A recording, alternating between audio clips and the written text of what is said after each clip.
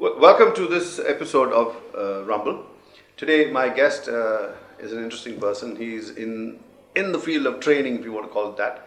He also got an advisory way of telling people how to improve their spoken language skills, which is very important today, especially in India. So, welcome to the show, Krish. Hi. And tell me, you said you stumbled into being a trainer, not that you were born or trained to be one. That's right, yeah. You became one. Yeah. How did that happen? Well, it's over the years of experience that I have. I've been working in several countries, not just in India, but overseas as well. And when I worked in India, I found that a lot of the youth had trouble with speaking in English.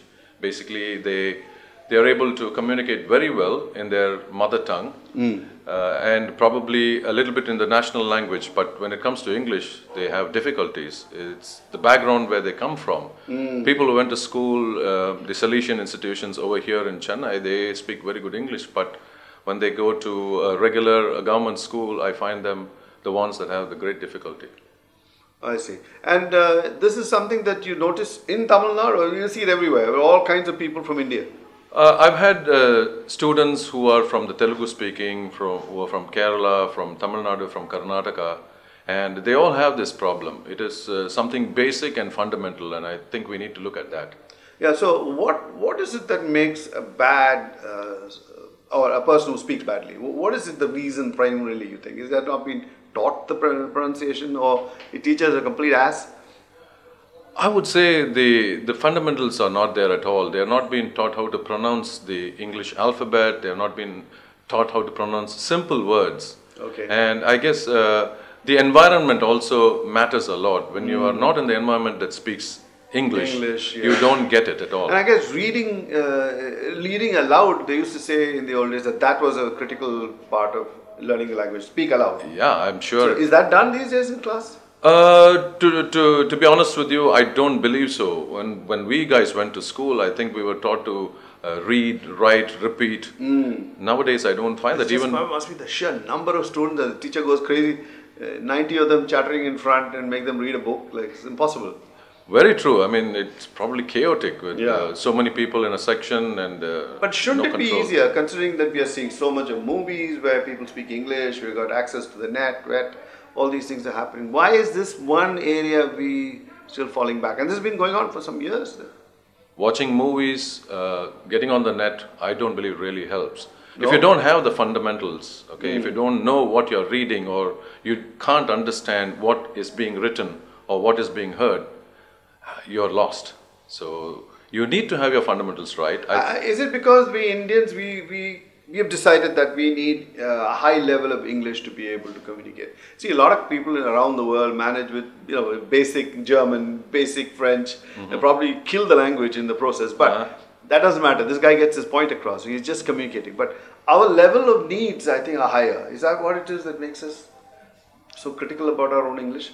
I would say yes. Reason being, English is the link language. In India, we have so many languages, and I believe that English is the only thing that the British left for us that we are able to use and communicate very well. Do you think it would have been all right if we had done Hindi? Possibly, yes, but that's an experiment again. I mean, if we had a huge populace with Hindi and speaking only Hindi, it would have been at national level. I don't believe we would have got a chance to cross borders, go over oceans and speak another language. Oh yeah, that of course. But the idea was to make Hindi as a national language so we can talk to fellow Indians, have English so we can talk to our fellow citizens of the world, and then speak Tamil or Malayalam so you can speak to your own people. Absolutely, I don't disagree with you at all. I mean, we should have had something like that. Yeah, and do you think it's impossible for us to change back into that system, or have we gone too far down the road? It's possible with the younger generation. I don't believe we guys can fall in place. You know, it's basically a mindset. We need to really work hard to get into that mindset. With the kids, it's really easy. I'm sure we can do it. I know. And are the Tamil people by themselves, or Malayali people, or Telugu people, whatever, in principle against the education in English in the rural area, or is it that it's been misled? I think we have all been misled. I guess it's purely politics. That's what has killed the whole nation. If we are really open-minded, really want to help the citizen, I'm sure we can use any language. The advent of the mobile phone, do you see that as a tool to improve spoken language skills, or you think that's just one toy? Well, I guess with the advent of the mobile, we have lost the little bit of English that we had, the kind of texting and stuff like that. Yeah, I don't even bother with the spellings. Yep. Are you, this, that, horrible stuff being sent back. I believe you and I do that. Yeah, but I do take time off putting the punctuation marks, which is actually quite a nuisance, I understand. Somebody is now even advocating removing the comma forever. Oh. Yeah, there's a movement saying let's be done with the comma. So while I won't take a comma, I will just go for a pause now. We'll come back to the second part. We'll find out what does he do and how does he contribute towards actual improvement of language.